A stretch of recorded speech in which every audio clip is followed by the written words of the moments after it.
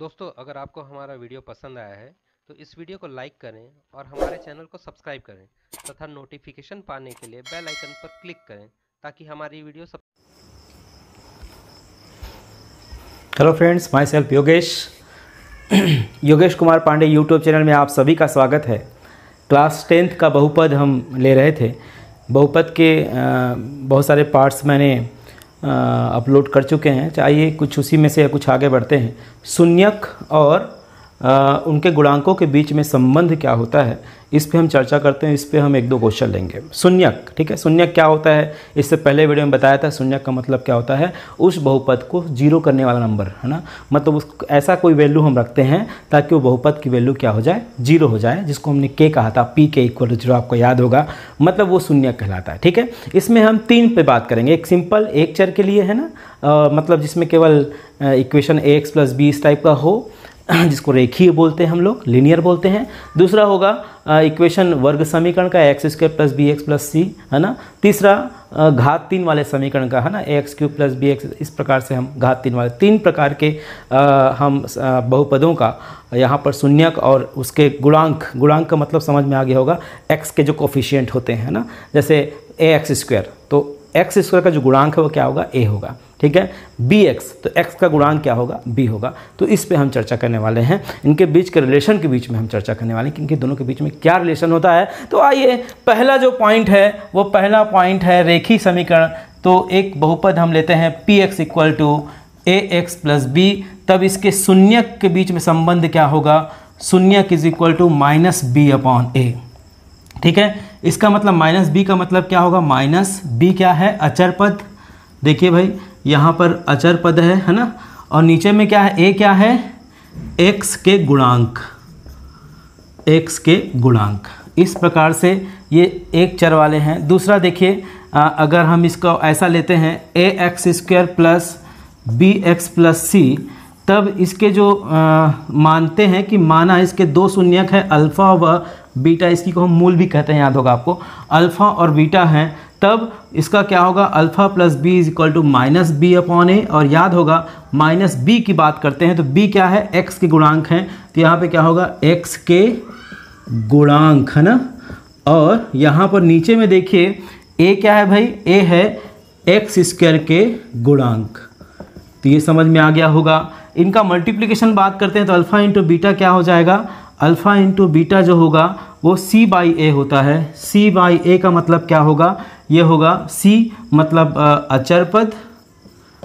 अचर पद और अपॉन में a का मतलब तो वही होगा x² के गुणांक, ठीक है। तो इस प्रकार से ये दो चर वाले हैं। 3 चर वाले इक्वेशन कैसे होंगे, ax³ + bx² + cx + d। ये 3 चर वाले इक्वेशंस को हम लेते हैं, जिसको हम बहुपद कहते हैं। तो इसमें इसके 3 मूल अल्फ़ा, बीटा और गामा हम कहते हैं। तब जो एलिमेंट होगा वो होगा alpha + beta + gamma. Alpha + beta + gamma, ये क्या हो जाएगा, -b/a।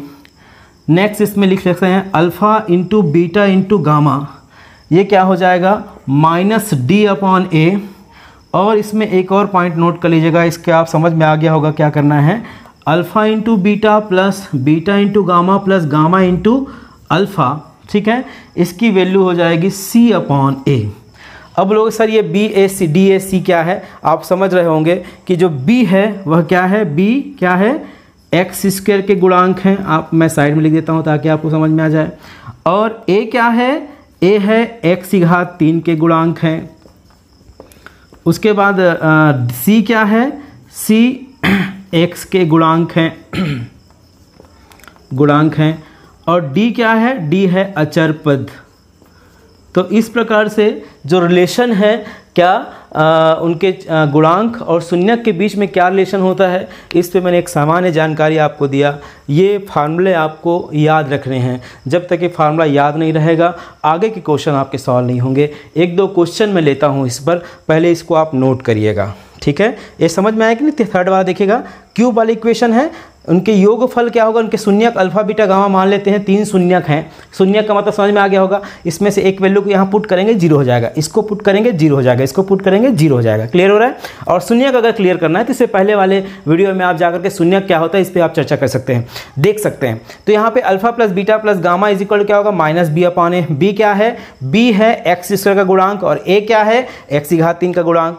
Alpha into beta into gamma, ठीक है, इनका मल्टीप्लीकेशन क्या होगा, माइनस डी अपॉन ए, मतलब डी अचर पद उसके सामने माइनस रहेगा और ए क्या है एक्स क्यूब का गुणांक। ठीक है, उसके बाद alpha into beta beta into gamma plus gamma into alpha, इसकी वैल्यू होगी सी अपॉन ए। और रही बात सी की, तो सी एक्स का गुणांक है और ए हमेशा की तरह एक्स क्यूब का यहाँ पे गुणांक है। तो ये कॉन्सेप्ट आप अच्छे से दिमाग में रखिएगा, ये फार्मूला अच्छे से दिमाग में रखिएगा, फिर क्वेश्चन बनाना आपके लिए आसान हो जाएगा। ठीक है, तो चलिए एक क्वेश्चन लेते हैं, पहले इसको पॉज करिएगा, आप नोट करिए, तब तक मैं क्वेश्चन नोट करता हूँ।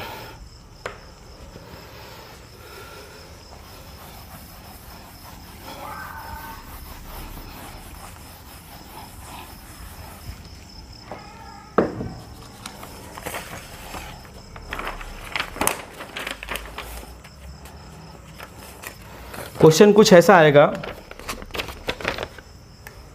क्वेश्चन 1 कहता है x square plus 7x plus 10 के शून्यक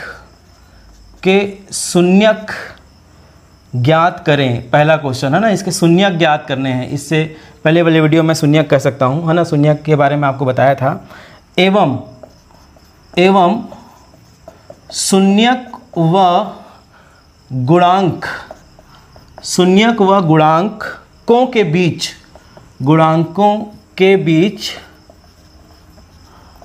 बीच सत्यता की जांच करें। सत्यता की जांच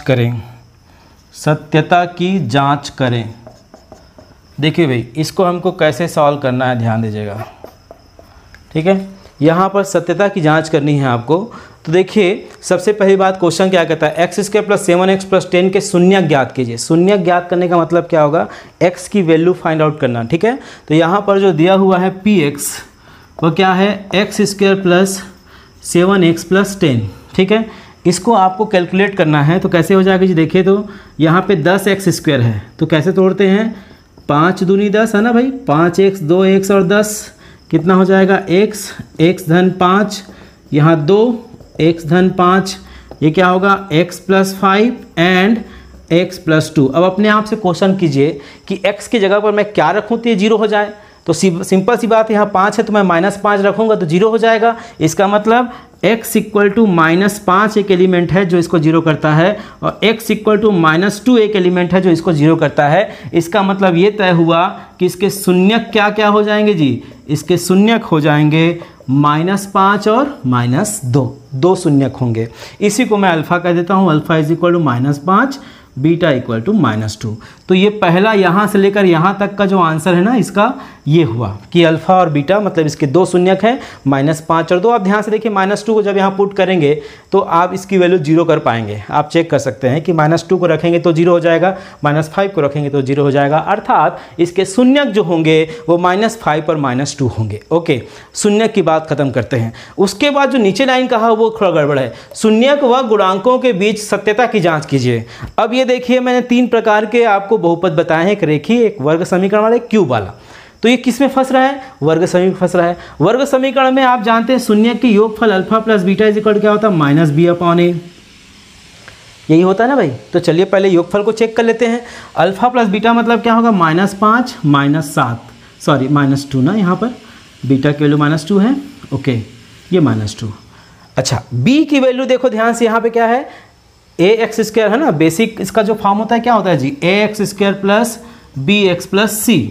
तो यहाँ पर जो b है वह क्या है, 7 है, तो कितना हो जाएगा -7, क्योंकि माइनस यहाँ फार्मूले में है। और a की बात करते हो कितना है, 1 है। इसका मतलब क्या हुआ, -7 इक्वल टू -7, जो कि बिल्कुल सत्य है। अर्थात सत्यता की जांच हम कर पा रहे हैं कि पहला पॉइंट यदि योगफल देखते हैं तो लेफ्ट हैंड साइड और राइट हैंड साइड वैल्यू को पुट करने पर हमको इक्वल मिल रहा है। इसका मतलब योग के लिए, अर्थात शून्यकों के योग के लिए यह जो कंडीशन है वह क्या हो रहा है, फुलफिल हो रहा है। अच्छा, यही कंडीशन हम किसके लिए करते हैं, यही कंडीशन हम मल्टीप्लिकेशन सूत्र करते हैं, अल्फा इंटू बीटा क्या होता है जी, सी अपॉन ए। इससे पहले आप देखे होंगे सी अपॉन ए। तो अल्फा इंटू बीटा की वैल्यू क्या है, -5 इंटू -2। सी की वैल्यू क्या है, ये देखो सी की वैल्यू यहाँ 10 है और ए की वैल्यू क्या है 1 है, मतलब +10 = 10, अर्थात left hand side and right hand side are same, मतलब दोनों पक्ष आपस में बराबर है। अर्थात यह सिद्ध होता है कि ये निश्चित रूप से इनके शून्यांक और गुणांक के बीच का जो रिलेशन है वो हेल्दी है, अर्थात उसका जो रिलेशन है वो बड़ी आसानी से हम फुलफिल कर पा रहे हैं कि लेफ्ट हैंड साइड और राइट हैंड साइड की वैल्यू को जब हम पुट करते हैं इस इक्वेशन, इस बहुपद के आधार पर, तो बड़ी आसानी से दोनों पक्ष हमें आपस में बराबर मिलते हैं। इससे निष्कर्ष निकलता है कि सत्यता की इसकी जाँच हो गई है। ठीक है, सही है। ओके, तो इस प्रकार से ये क्वेश्चन लिया। एक क्वेश्चन मैं और लेता हूँ, तब तक आप इसको नोट करें।